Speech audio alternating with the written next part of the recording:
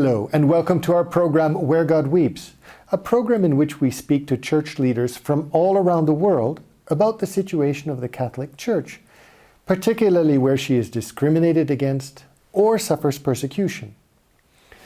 The Kingdom of Lesotho is a mountainous, landlocked country surrounded by the Republic of South Africa. The region was first settled by a Bantu-speaking people known as the Basotho. A French oblate, Blessed Joseph Gerard, struggled for 52 years to bring the gospel to the indigenous people.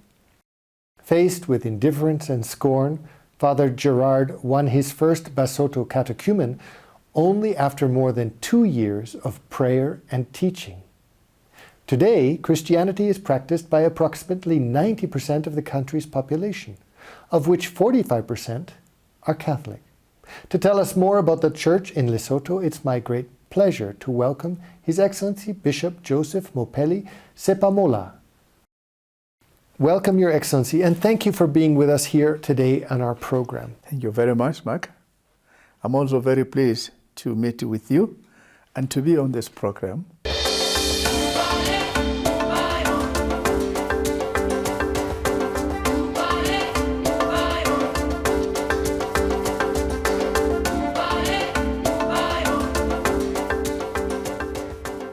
Your Excellency, before we get into the challenges and the work of the Church in Lesotho, can you tell us a little bit about yourself, your experiences of growing up? Thank you very much. I am Joseph Mopeli Sephamola, as you said. I am actually from the very same diocese where I am the bishop now, the diocese of Qacha. That's my home area. I was born and grew up there. We are 7 in my family. I have 3 brothers and 4 brothers and 3 sisters. Are you the only religious in your family? No, actually.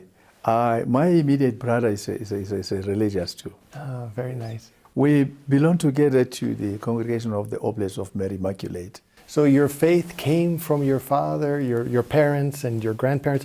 Yes. When did your strong Catholic faith, when did you first know of your vocation, of your calling to the priesthood?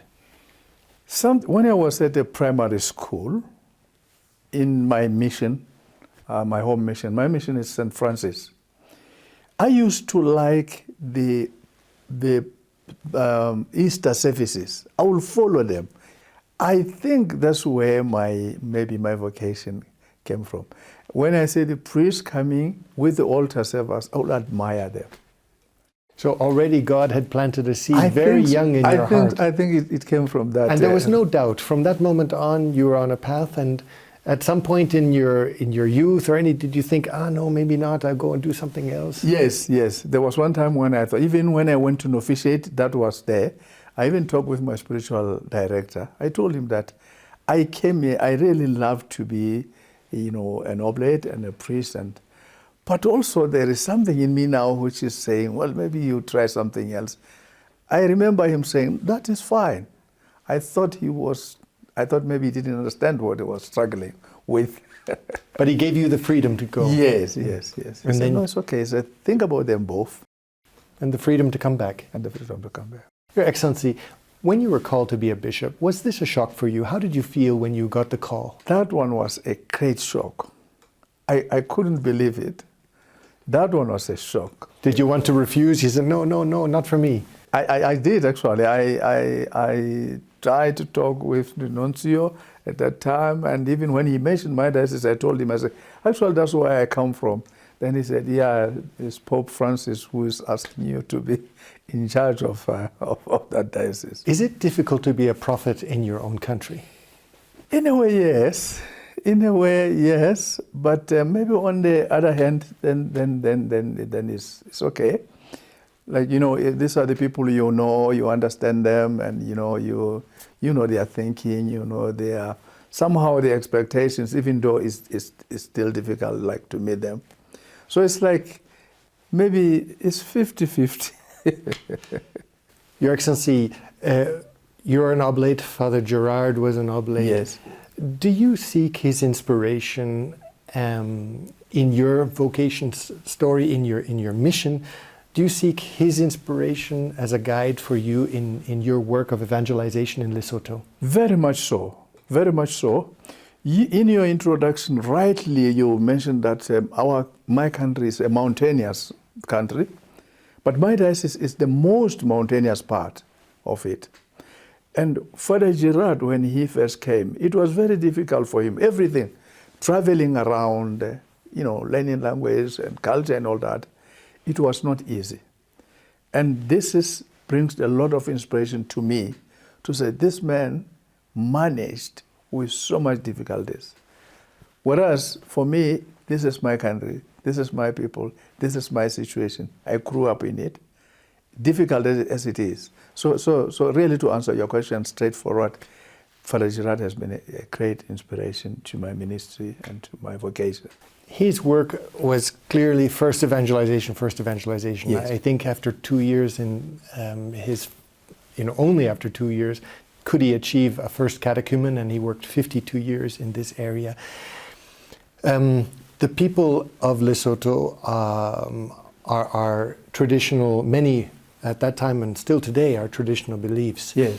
Can you tell us a little bit, how is the situation with the indigenous population and this question of traditional beliefs? How easy is it to do evangelization, or how difficult is it to do evangelization work with the Basotho people, especially those of traditional beliefs?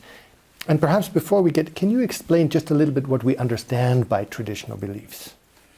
By traditional beliefs, what we understand really is how people have been carrying out their lives in the past. The things that they will hold on, the things that they believed in, that, okay, this is part and parcel of our life. We cannot do away with them. This is our life. So basically, this is what we mean by traditional beliefs. The things that people hold strong, that they should be in our life. And they had a belief in a supreme being, and there is a belief in a supreme being called Modimo. Can you tell us a little bit about this belief in the spiritual being? Amazingly enough, they seem to have had that, because even in some of their songs, their praises, there are songs that they praise what you'll describe as God now. For example, they will be praying for rain, and then they will say, the one who provides rain, please give us rain. The one who created everything, even our children, please come to our aid, if they're asking for anything, at a particular time. So they didn't know exactly whom they are talking to, but they seem to believe that there is the Almighty, the powerful, like an unknown God. The unknown God, yes. That concept of the unknown God, it comes up very strongly and clearly in the Basotho nation. So when Christianity came, for example, Father Gerard, yes, it was like providing an answer to this unknown God, saying, we know this unknown. Very much so. And it was, in that sense, it was easy to understand and then to accept this new phenomena. 95% of Lesotho now is Christian. Yes. Unbelievably, yes. 45% Catholic. How do you describe the faith of these Catholics and these Christians today? Is it like a burning fire, very still first flush of faith, if you would say? Or is it a faith that is becoming more rooted, more mature? How would you describe the situation today? I think what we need today is maybe like new ways of evangelization, because we have the generation of today who love to understand things the way they see things now. But otherwise, the faith is still there, and is very much rooted.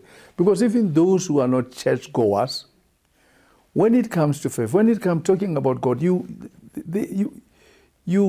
don't find them strange, or they don't seem to be surprised, like to say, what are you talking about? It's natural. It's natural, it's there. But I think what we maybe as a church, what we need to do is to devise maybe new ways of evangelization. What would be some of the challenges, for example, particularly with the young people. Yes.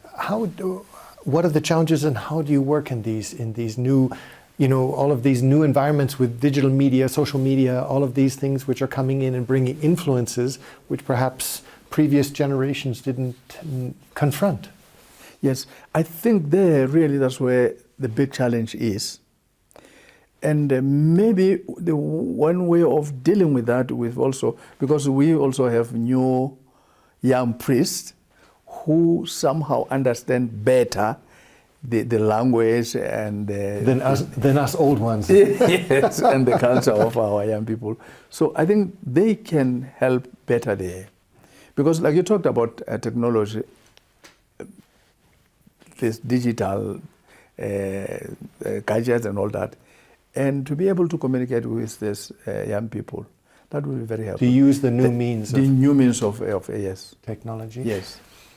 Lesotho is unique because you have a Catholic king, and I believe he is the only Catholic monarch in Africa. This relationship between the church and the king, how does that work? And how does the relationship? The relationship is very well. Like you're right, the king, our king, is a Catholic, and is a practicing Catholic, which also that is very, very impressive. Very impressive. And he's also supportive with all other, denominations. Like if there is anything, and then he is invited, and he has time. There is anything maybe engaged with, he will be there. He is supportive with any Christian move in the country, but he is a Catholic.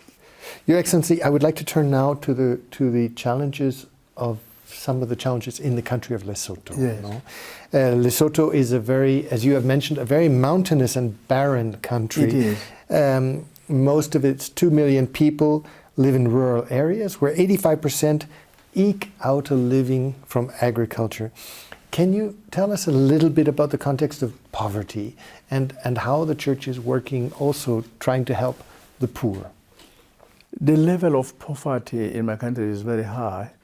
Like we live on, most of the people live on peasant farmers.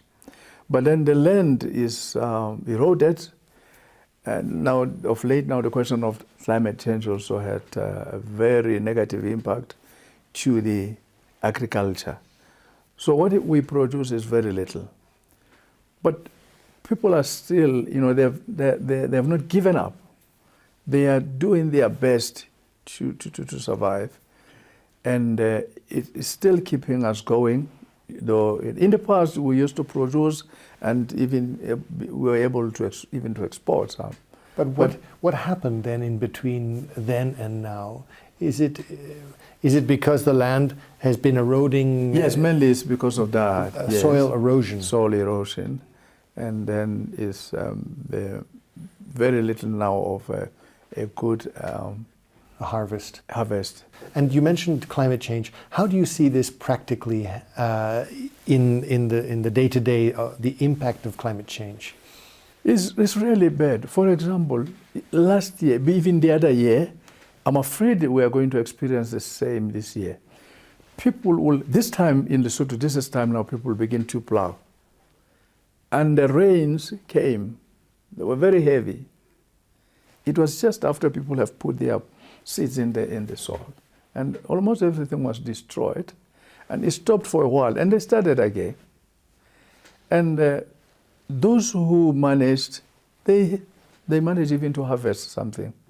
So this is how it's affecting us. It's very difficult now even to know what is the right time to plow.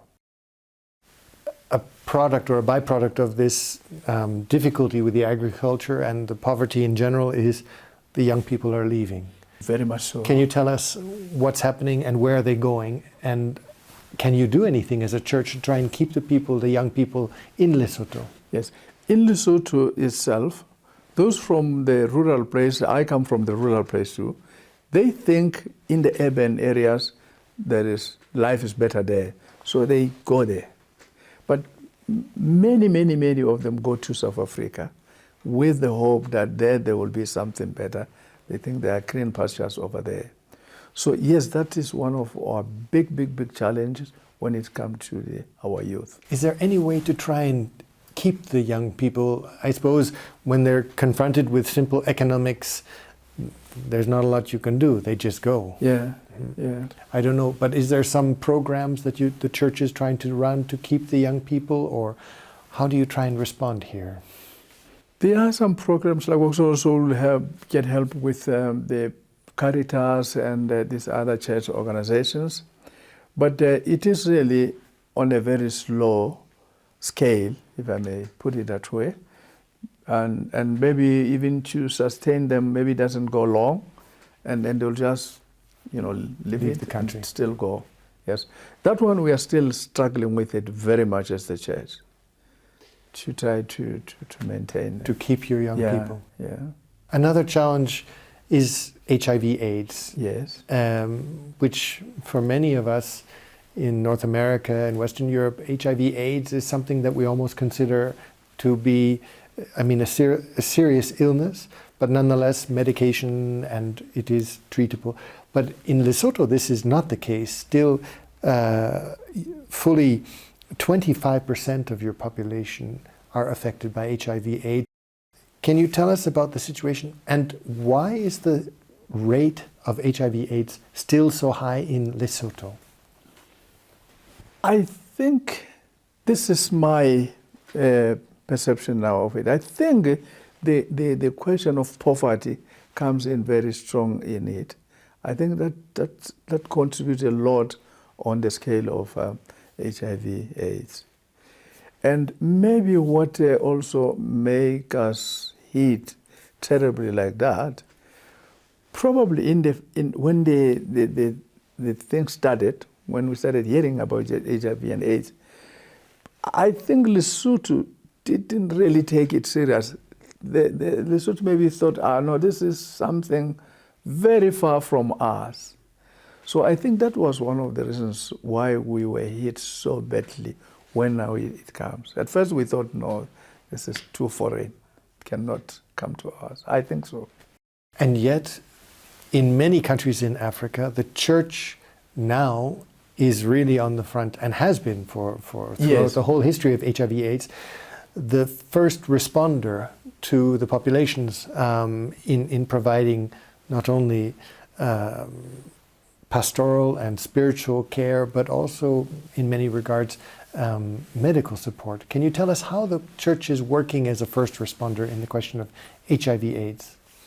The church is very much working hard on this, in terms of education, in terms of empowering youth in many ways. What we have it strong in as far as the youth are regarded. We have different solidarities for the youth. Those are very strong and very supportive. The challenge is still to bring them to one level, like at national level. There we are still struggling to bring them together. But at the level of their different solidarities, there we seem to manage. And I suppose the question of chastity, when you're speaking of education, the question of chastity, waiting for marriage, this is something that would be, I suppose, one of the principal messages for the young people. It is, yes. And some really seem to be getting it straight. And now also, I think, seeing from what the HIV is doing, many are beginning to see that. Understanding. Yeah. Tuberculosis, another health issue which one considers, for example, to be behind us. And yet, still in Lesotho, tuberculosis is very prevalent.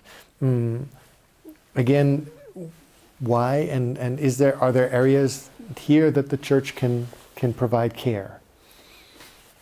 Yes, I think tuberculosis now is more related to HIV. The prevalence of it that we're still talking about it, I think is more related to that. There's a relationship between the two? Yes, it seems like, it's one of those HIV-related illnesses, yes. Because as it was in the beginning, that one also had gone down. We're almost to the point of, eradicating it completely. But then when we started talking about HIV/AIDS, then we started also talking about the tuberculosis. I think the tuberculosis that we have is related to that. Your Excellency, another challenge in addition to the health issues is regrettably a crime that is not only prevalent in Lesotho but also throughout all of southern Africa, and that is the question of human trafficking. Jacqueline Fourie, the president of Small Voice Human Trafficking, at a conference stated, "Human trafficking is the fastest growing crime, the second biggest after drugs, with social media playing an important role." How big is the problem in Lesotho and perhaps generally Southern Africa as a whole? That is really one of the challenges we have in Lesotho. We talked about low employment in Lesotho. So because our people are looking for jobs and they don't have, when they hear of anything of that sort, they easily go into it. And when you mean anything of that sort, There's a that job there could be a job somewhere? Yes. And how does it work? It works through the media. Somebody will, through the media, will tell them, promise them that there's a job vacancy somewhere, and then is willing to help, these people to get there for this job, and then they easily fall into it because they need jobs. To work. Yes. And where are they going? Are they going to other places in Africa, or are they going to the Middle East? Where are they trafficked to? For us in Lesotho, I think first they go through South Africa, because the cases that we had were those who were going to South Africa. But I think with maybe intention of going even further. But first they were going to South Africa. And how does it work? Some of the women congregations are working very hard with that. So one congregation was sharing with us recently how this works. And she was giving us a very concrete case that the passport, the procedure there was correct. These people had the proper documents, they crossed, they went to the other side. But everything was illegal. But it appeared legal, everything was organized legally. So it's like there's a syndicate there. There are people that they are working with, and they know even how to make those illegal crossings so they're smuggled. Appear. They're smuggled into another country. Yes. And then de facto they're illegal in that country. They are actually. Yeah. And so they're imprisoned. And then what happens? They're sent to work in mines, or are they sent? What kind of employment, for example, or how are they prisoned in this work? For example, this one was trafficked for sexual abuses. She was used there.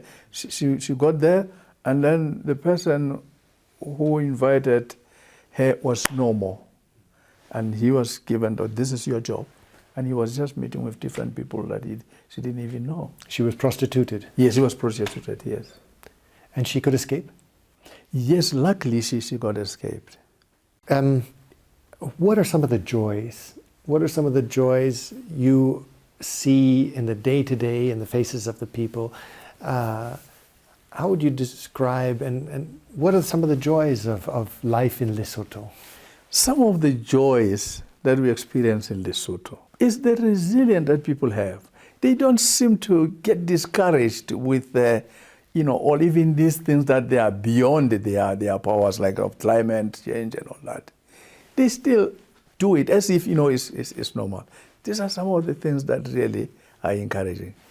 Even on the church practices and all that.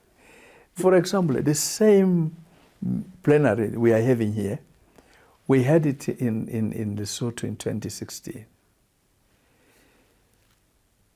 The day when we had a national mass, it was during the week. But it was amazing the number of people that came for that occasion. We didn't know what did they say to their working places and all that. But they were there. They were there. So the faith really is still strong, and the work of promoting it, all that is and the vocations. I was going to ask you, the vocations, are they growing as well? They are declining, it's true, but we still have them. So we still consider that as a blessing. We still have vocations. They are not as big numbers as they used to be, but we are not complaining. We still have vocations. Your Excellency, I'd like to thank you for having been with us today in our program and for sharing the story of Lesotho. Thank you very much, Mark. I have also appreciated very much this time and your interest in us, in the church in Africa, particularly in Lesotho now, in my diocese, but in Lesotho in general. This, for me, it falls and fits very well with the process where we are, where Pope Francis have invited us all to work together as a church. So for you to show us so much interest and all the other really support that you have been extending to us in Lesotho, we really appreciate. And I also want to thank you so much for this time. God bless you and God, the good work that you are doing. Thank you, Your Excellency. And thank you, ladies and gentlemen, for having been with us today in our program, Where God Weeps. And if you'd like to know more about the situation of the Catholic Church in Lesotho, or perhaps how you might be able to help through your prayers or your concrete action, I would encourage you to look at the contact information at the end of this program.